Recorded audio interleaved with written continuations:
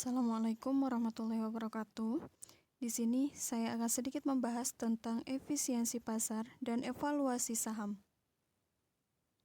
Ketika uang ditempatkan di pasar modal, bertujuan untuk mendapatkan keuntungan dari modal yang diinvestasikan. Banyak investor yang tidak mencoba untuk menghasilkan tingkat pengembalian yang menguntungkan, tetapi berusaha untuk mengalahkan pasar. Selanjutnya yaitu definisi dari efisiensi pasar itu sendiri merupakan hubungan antara harga-harga sekuritas dengan informasi. Dalam konsep ini membahas bagaimana pasar merespon informasi-informasi yang bisa masuk dan mempengaruhi pergerakan-pergerakan harga sekuritas menuju harga keseimbangan yang baru. Definisi efisiensi pasar menurut para ahli. Yang pertama yaitu dari Weston dan Coveland pada tahun 1995 mendefinisikan pasar modal yang efisien sebagai berikut.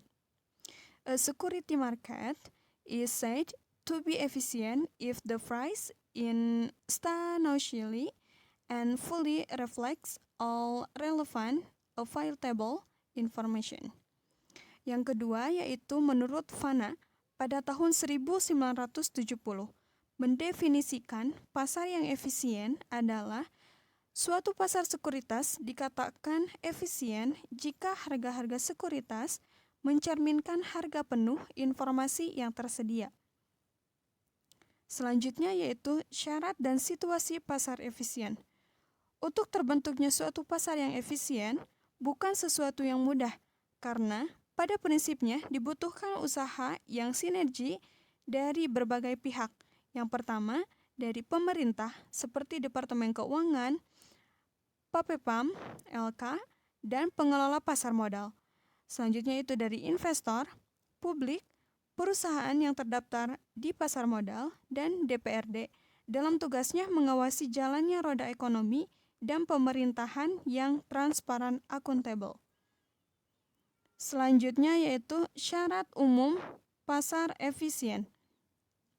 Syarat-syarat umum yang harus dipenuhi untuk terciptanya suatu pasar modal yang efisien antara lain yang pertama, disclosure, yang merupakan berbagai informasi pengetahuan dan perkiraan direfleksikannya atau tergambarkan secara akurat dalam harga-harga pasar tersebut, di mana berbagai pihak mengetahui sebab muasabab naik turunnya harga tersebut dari berbagai perolehan informasi, baik dari sisi fundamental dan teknikal analisis. Selanjutnya, data-data tersebut dapat diperoleh tanpa ada batas dan biaya dengan cepat dan akurat serta dapat dipertanggungjawabkan kebenarannya. Yang kedua yaitu pasar dalam keadaan seimbang. Selalu menjaga pasar yang dalam keadaan seimbang, seperti usaha-usaha untuk memastikan informasi baru. Terserapnya informasi baru tersebut ke pasaran akan menghasilkan nilai intrinsik saham, dan informasi baru yang muncul secara terus-menerus akan menyebabkan kondisi pasar seimbang yang memungkinkan terciptanya equilibrium pasar. Kondisi equilibrium pasar memungkinkan harga-harga aktiva berada dalam posisi yang jauh dari terjadinya perdagangan spekulasi. Yang ketiga yaitu kondisi pasar berlangsungnya secara bebas adalah ketika tidak ada seorang pun yang bisa mempengaruhi kondisi harga pasar. Berbagai pihak memperoleh informasi yang sama dan tidak saling intervensi. Selanjutnya yaitu alasan yang menyebabkan pasar menjadi efisien. Yang pertama, investor seorang diri tidak dapat mempengaruhi harga dari suatu sekuritas. Yang kedua yaitu informasi tersedia secara luas kepada semua pelaku pasar pada saat bersamaan dan harga untuk memperoleh informasi tersebut murah. Yang ketiga, informasi dihasilkan secara acak dan tiap-tiap pengumuman informasi sifatnya random, satu dengan yang lainnya. Yang keempat yaitu investor bereaksi dengan menggunakan informasi secara penuh dan cepat, sehingga harga dari sekuritas berubah dengan semestinya, mencerminkan hal tersebut mencapai keseimbangan yang baru.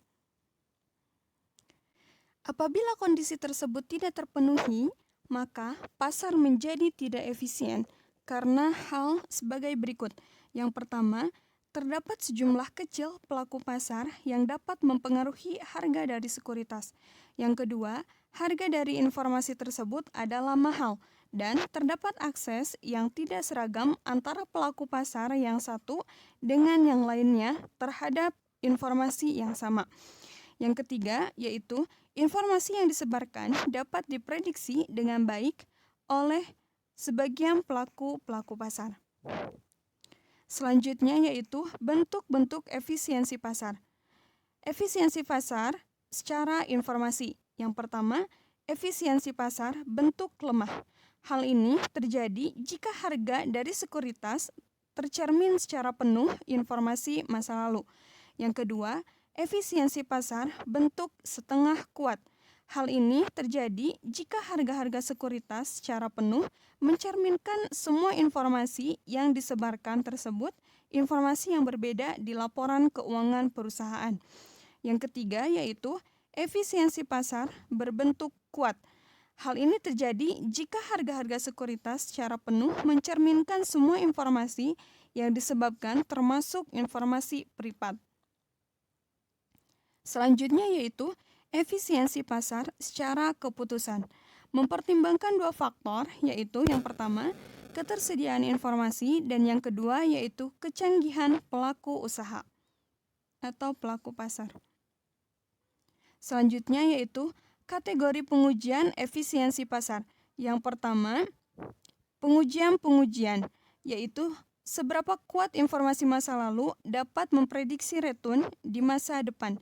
Dengan cara, yang pertama, menguji secara statistik dilakukan dengan pengujian kolerasi dan regresi linear, pengujian run atau perubahan nilai, dan pengujian sislikal. Yang kedua yaitu pengujian secara aturan perorangan teknis. Untuk pasar yang tidak efisien bentuk lemah, pergerakan return atau harga sekuritas dari waktu ke waktu mempunyai pola yang tertentu. Selanjutnya yaitu studi peristiwa, yang merupakan studi yang mempelajari reaksi pasar terhadap suatu peristiwa yang informasinya dipublikasikan sebagai suatu pengumuman. Hasil Emporos studi peristiwa antara lain yang pertama, pemecahan saham. Dengan memecah selembar saham menjadi beberapa lembar saham. Yang kedua yaitu penawaran pendanaan adalah perusahaan yang pertama kali melemparkan sahamnya ke pasar saham. Selanjutnya yaitu pengumuman dividen yang sifatnya adalah tidak relevan di dalam menentukan nilai perusahaan yang mengkaji kandungan informasi dari dividen. Yang terakhir yaitu informasi akuntansi. Perusahaan merupakan nilai sekarang dari aliran-aliran kas selain arus kas. Informasi akuntansi yang lain juga digunakan oleh masa. Selanjutnya yaitu pengujian informasi privat, yang merupakan pengujian pasar efisien bentuk kuat, tetapi informasi ini merupakan informasi yang tidak dapat diobservasi secara langsung dengan cara yang pertama, insider trading, yang merupakan perdagangan sekuritas yang dilakukan oleh orang dalam perusahaan. Yang kedua yaitu return dari reksadana yang merupakan portofolio yang dibentuk oleh perusahaan reksadana dan dijual kembali kepada masyarakat dalam bentuk unit pernyataan. Selanjutnya yaitu anomali pasar.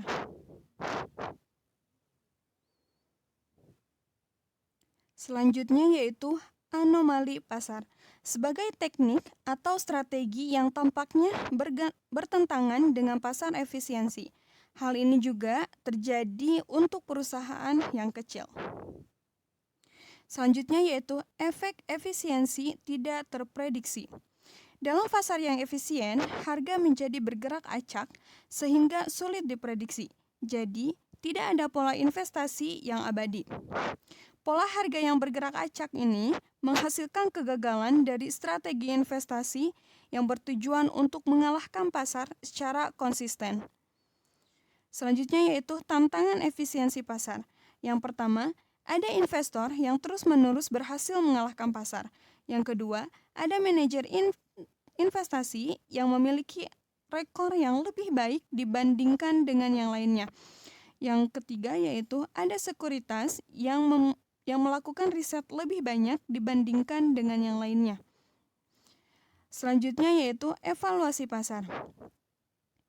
Penilaian saham, secara umum terdapat 3 jenis nilai saham. Yang pertama, nilai buku yang merupakan nilai yang dihitung berdasarkan pembukuan perusahaan penerbit saham di pasar.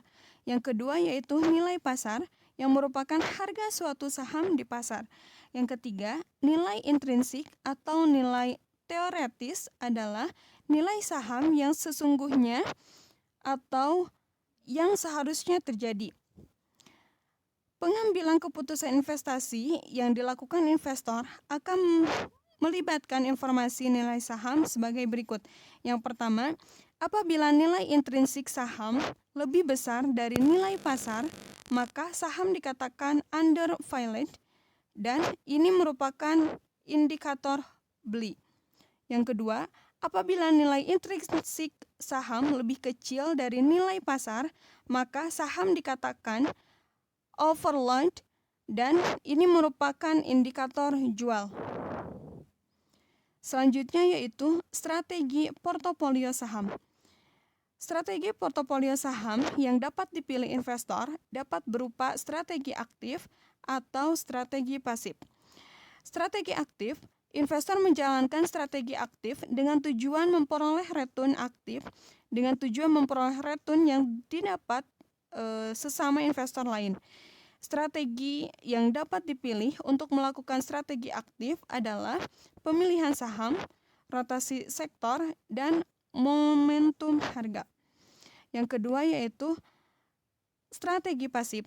Dijalankan apabila investor percaya bahwa pasar benar-benar efisien sehingga tidak ada satupun investor yang bisa memperoleh abnormal return. Pilihan yang dapat dipilih investor untuk menerapkan strategi pasif adalah strategi beli dan simpan dan strategi mengikuti indeks pasar. Mungkin hanya itu yang dapat saya sampaikan. Kurang lebihnya mohon maaf. Assalamualaikum warahmatullahi wabarakatuh.